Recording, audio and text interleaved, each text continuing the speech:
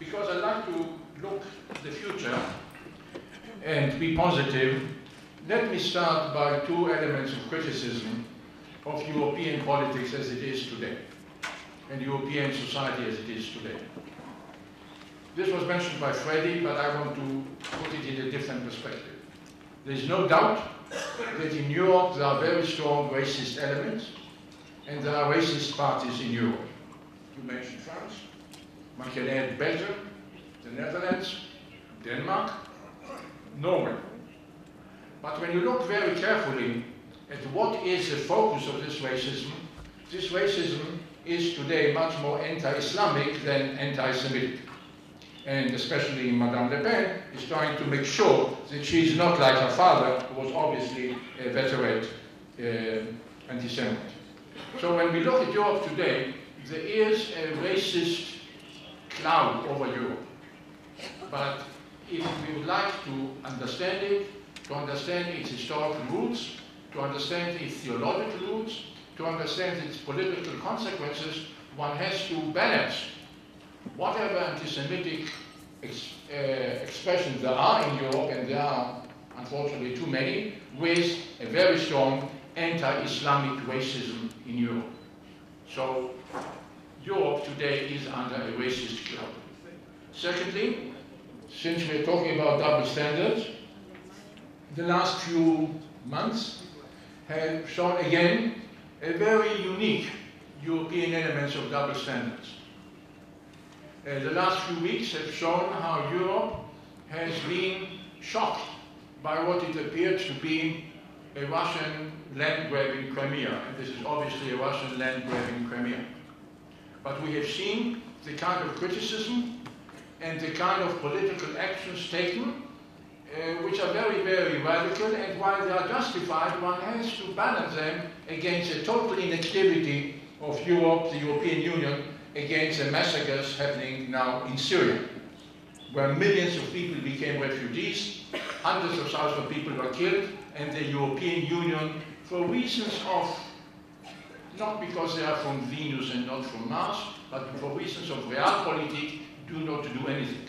And if anybody looks for, sometimes for analogies to 1938, the way in which the Syrian tragedy and the Syrian massacres, in which both sides are massacring each other, that nobody is a tzaddik, nobody is the righteous there, have been totally off the radar of European politics. Shame on Europe. Shame on Europe. Just as there was shame on the West in 1938. So there is a lot to criticize in Europe. There is a racism in Europe which is mainly anti-Islamic, and there is the fact that nobody really cares what's happening in Syria. Crimea, there's a different story, there are interests, it's in Europe, it's something very, very different. So yes, there is racism in Europe, there are double standards in Europe. Let me make one or two comments about the past. Because the Israeli-European relationship, or the Jewish-European relationship, has always been and will remain to be ambivalent. And by ambivalent, I do not mean to say negative. On the contrary. But ambivalence suggests that there are two elements there that we have to look very carefully, both from the Israeli side and from the European side. Many, many years ago, in the 1960s, my first visit to a communist country was to Budapest. And at that time, the huge synagogue was derelict, and there was a small Jewish museum, which is now the large Jewish museum in Budapest, but it was closed. But because I knew my way around, I was able to get into the museum, and the elderly Jewish Hungarian woman hearing that I'm from Israel was very happy and showed me around. And very proudly, she showed me a matzeva, a tombstone, from the 8th century CE, okay, AD, whatever. And it had a Hebrew inscription, somebody called Abraham, son of somebody, and then it went on in Latin. It said Caput Synagoga Judaeo, the head of the Jewish community. And then very proudly she said to me, you see, we were here before the Magyars, we were here before the Hungarians. A very proud statement. You have echoes of that in Theodor Herzl, who, when he was asked about what kind of language should the Jews speak in Eretz Israel, initially he totally disregarded Hebrew. He even made this snide comment, who among us can ask for a railway ticket in Hebrew. Later on, learning a little bit more about the Hebrew Haskalah in Eastern Europe, he changed his mind. You can see it very clearly in Altneuland, where Hebrew is one of the languages. But then he said in a diary entry, when we come to Palestine, we will speak the languages of our countries of origin, because we will always mourn the fact that we were expelled from them. So there is not a love-hate relationship, but a story of unrequited love to Europe. Zev Jabotinsky, who those who know me know that I usually do not quote Jabotinsky, but let me quote him on this occasion, once said that we are European people. We have been, most of us, have been formed by 2,000 years of living in Europe. And we are a European people. So we are not in Europe, but in a very large majority, the Jewish population of Israel is not in Europe, but it is in one way or another of Europe. And that's something which we have always to remember. Both the fact that Jews survived, most of Jews who survived 2,000 years of exile survived, sometimes under difficult conditions, sometimes under easier conditions, but they survived in Europe. And the idea of Zionism, the modern idea of a secular nation state, was not only just a response to anti-Semitism, because Jews have suffered from anti-Semitism for 18th century, but very much reflected the best tradition of European liberal nationalism, the ideas of the Enlightenment, the ideas of the self-determination, which were linked to the Jewish memory to Eretz Israel. So we are of Europe. And it is in this context that we have to look at our future relationship. And perhaps we should start with two misconceptions. One, an Israeli misconception, that Europe is not the enemy. Thank you, we have plenty of enemies around us. We don't need more enemies. And we shouldn't make, despite the criticism which we occasionally have, and some of it is justified, some of it may not be justified, but even if it is justified, Europe is not an enemy. There is criticism of Europe, and the criticism of Europe focuses on one issue, an issue over which Israelis are divided. And this is the future of Judea, Samaria, the settlements, West Bank, whatever you want to call it. This is an issue on which Israelis are divided. It is legitimate to be divided on that issue. Israeli governments within themselves are sometimes divided on this. And we should, even if we do not feel happy with the European criticism, realize that the criticism of the settlement policy, the criticism of this issue, is not necessarily a criticism of Israel. Usually when you have a European statement, you have a long list of support for Israel, and then there is a very critical statement about the settlements. And we should not make this one settlement issue into the only issue that determines relation between Israel and Europe, despite the fact that we can have a deep dialogue and we can criticize Europeans, and the Europeans can criticize us, especially as there is a criticism of this issue within Israel itself. It's a legitimate point. Now, that this can sometimes ride on primordial anti-Semitic views, that's of course the case.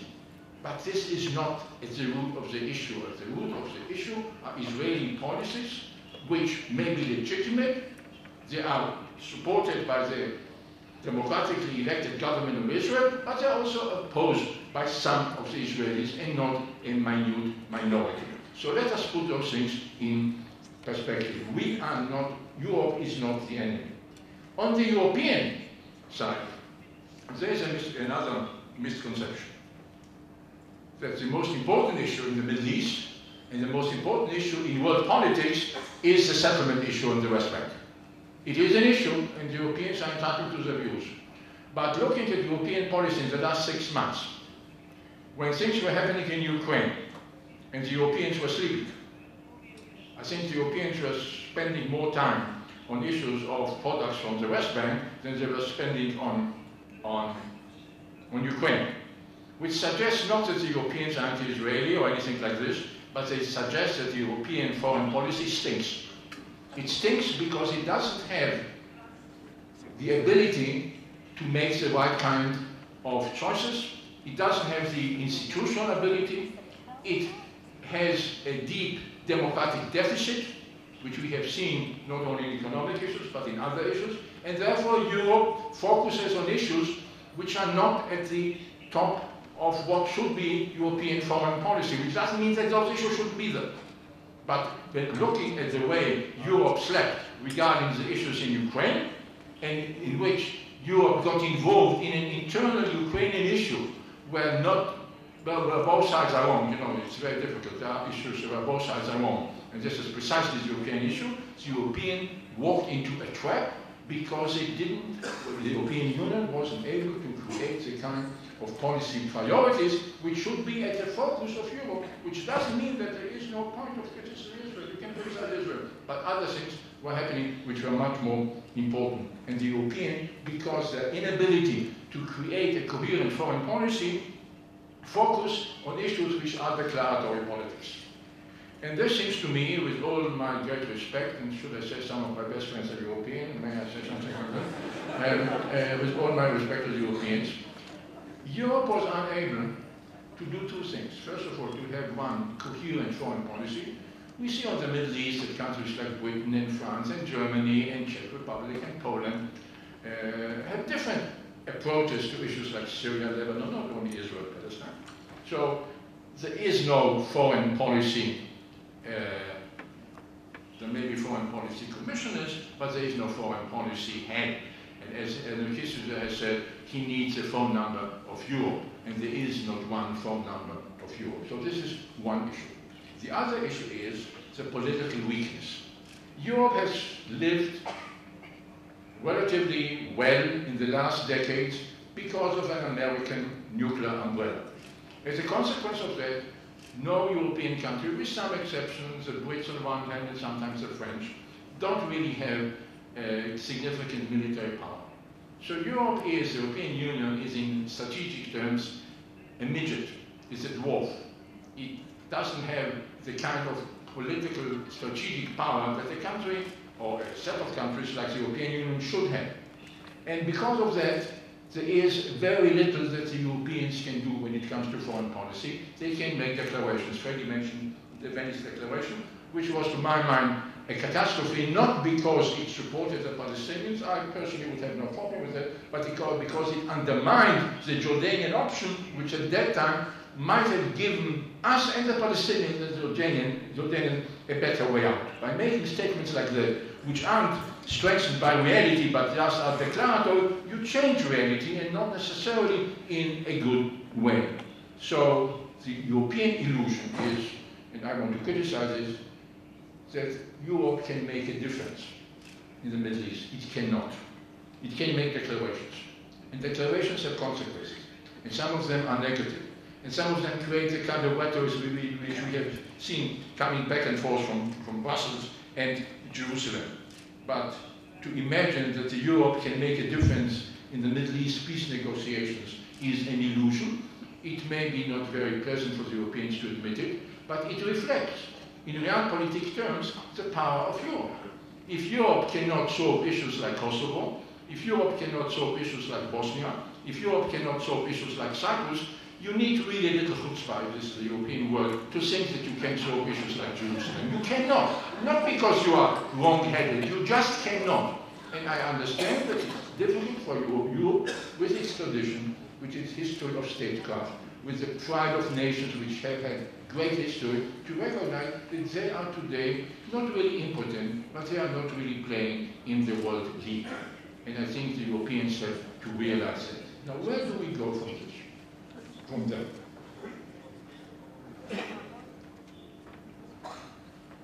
On the Israeli side, I would suggest to our statesmen and to us as citizens and concerned citizens and people who are interested in public affairs to have a little bit of restraint, to restrain ourselves, even if there are issues in Europe or policies in Europe or statements, because policies is a different thing, but statements in Europe which we do not like. Criticism is one thing, but sometimes the Israeli criticism of European policies is totally out of proportion. And on the European side, I would suggest for Europeans to learn a little bit of humility. none of the European countries is a world power anymore. Even the 27 of them together are not a match for either the United States or even a resurgent Russia. So one has to realize it. And therefore one has to move to issues where we have commonality. This shouldn't overlook, and this shouldn't paper over issues of disagreement. Yes, I think we can in Israel criticize the Europeans for a lot of things, not only on the Israel-Palestine issue, but on issues like Ukraine, on issues on Syria. There's no reason why we shouldn't criticize them. The Europeans, if they so wish, can criticize the Israelis on the settlement issue, and it is very difficult to imagine that a European Union will accept the reality of the Israeli occupation, not of the West Bank, but of 2 or 3 million Palestinians who don't occupy territory, you occupy people. And I understand the European criticism of that, even if I myself may be of a different view. But we should focus on other issues. And we have to find a combination which is not always easy, especially if you have at the wings disagreements, a combination of interests and values. We have common interests. They have to do with strategic interests. Dori mentioned some of them earlier. There are other interests. We have to be aware that there are common interests, and we have to work on those common interests, and we are working on those common interests. The point is they don't get as much headline news as disagreements.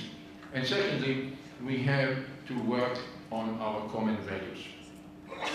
I certainly agree with a European foreign policy that is trying to be balanced, that is trying not to be identified with Israel or trying to be identified with the Arab world or with the Arab Spring. I understand that.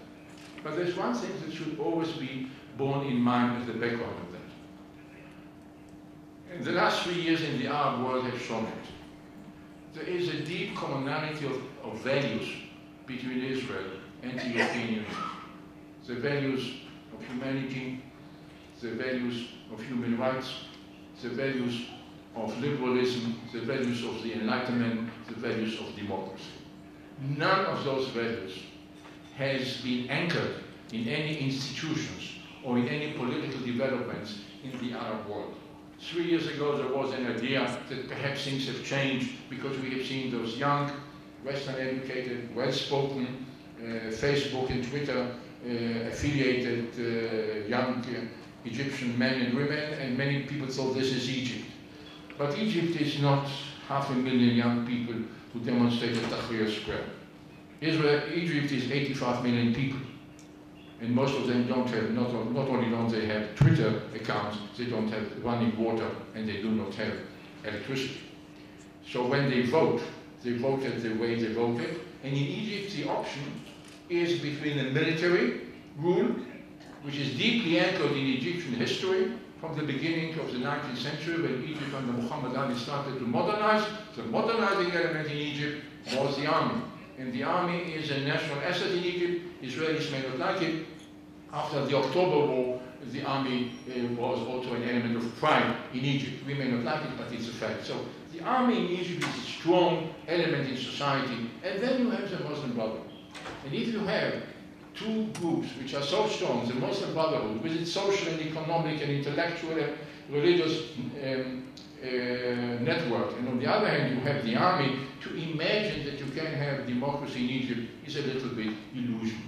And many Europeans, I remember I talked with a Polish minister who immediately after the demonstration at Tahrir Square was organizing a delegation of old Polish dissidents to explain to Egypt how to work a democracy. This is okay, and very well intentioned, but it is based on the ignorance of social, economic, intellectual, and historical conditions in Egypt.